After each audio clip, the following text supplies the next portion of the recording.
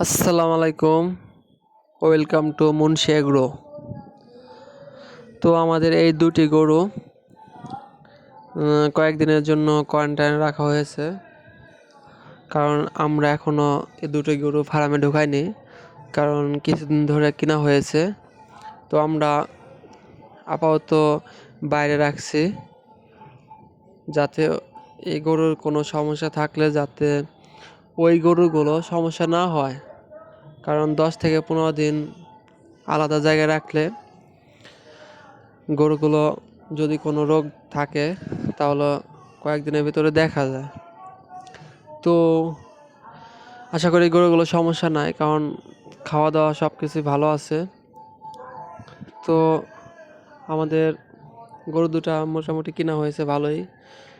তো আমরা কোয়ারেন্টাইনে আর 4 থেকে 5 দিন রাখবো, তারপরে মূল সেটে নিয়ে যাব।